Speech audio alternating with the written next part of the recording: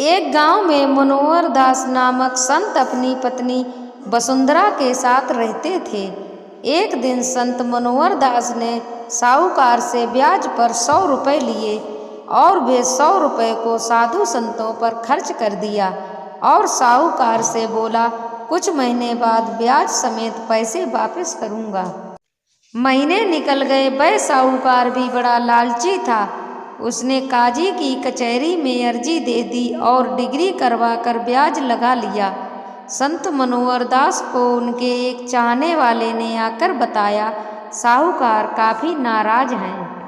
उन्होंने अपनी पत्नी वसुंधरा से कहा कि घर का सारा सामान पड़ोसियों के यहाँ रख दो, जिससे साहूकार उनको उस सामान के ब्याज के लिए ना ले जा सके और मैं 4 दिन इधर उधर चला जाता हूँ। जब रुपए होंगे तो साहूकार को देकर उससे देरी के लिए क्षमा मांग लूँगा। संत की पत्नी वसुंधरा कहती है, स्वामी, मुझे निश्चय है कि राम जी अपने भक्त की कभी हंसी नहीं होने देंगे। आपको कहीं पर भी जाने की जरूरत नहीं है। मनोहर दास ने अपनी पत्नी का निश्चय देखकर कहा, वसुंधरा, मुझे कुछ दिन कहीं पर बिताने चाहिए। वसुंधरा कहती है, स्वामी जी, इसकी कोई जरूरत नहीं है। इस काम को राम जी ही संवारेंगे। पत्नी ने निश्चय के साथ कहा। मनोहर दास मुस्कुरा कर बोले, वसुंधरा, यही तो तेरा गुरु रूप है। संत की पत्नी वसुंधरा ने कहा, स्वामी जी, गुरु बोलकर मेरे सिर पर भार ना चढ़ाओ। मनोहर दास बोला, इसमें भला सिर पर भार चढ़ाने वाली कौन सी बात है। जो उपदेश देता है उसको गुरु ही मानना चाहिए। मनोहर दास अपनी पत्नी के साथ बात करने में इतने मग्न हो गए कि उन्हें साहूकार और ब्याज वाली बात ही भूल गए। रात हो गई परंतु साहूकार नहीं आया। सोने से पहले संत ने फिर कहा, ऐसा लगता है साहूकार सुबह वसूली करने आएगा। पत्नी ने दृढ़ता के साथ कहा, स्वामी जी, जी नहीं, बिल्कुल नहीं, कोई ब्याज नहीं वसूला जाएगा।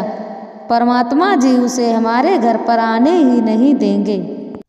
मनोहर दास कहता है, तुमने मेरे राम जी से कुछ ज़्यादा ही काम लेना शुरू कर दिया है। पत्नी कहते हैं, स्वामी, जब हम राम के हो गए हैं तो हमारे काम वो नहीं करेगा तो कौन करेगा।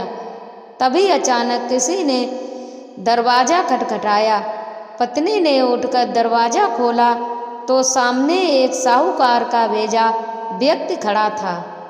संत की पत्नी वसुंधरा ने उस व्यक्ति से पूछा, क्यों राम जी के भक्त हमसे ब्याज वसूलने आए हो।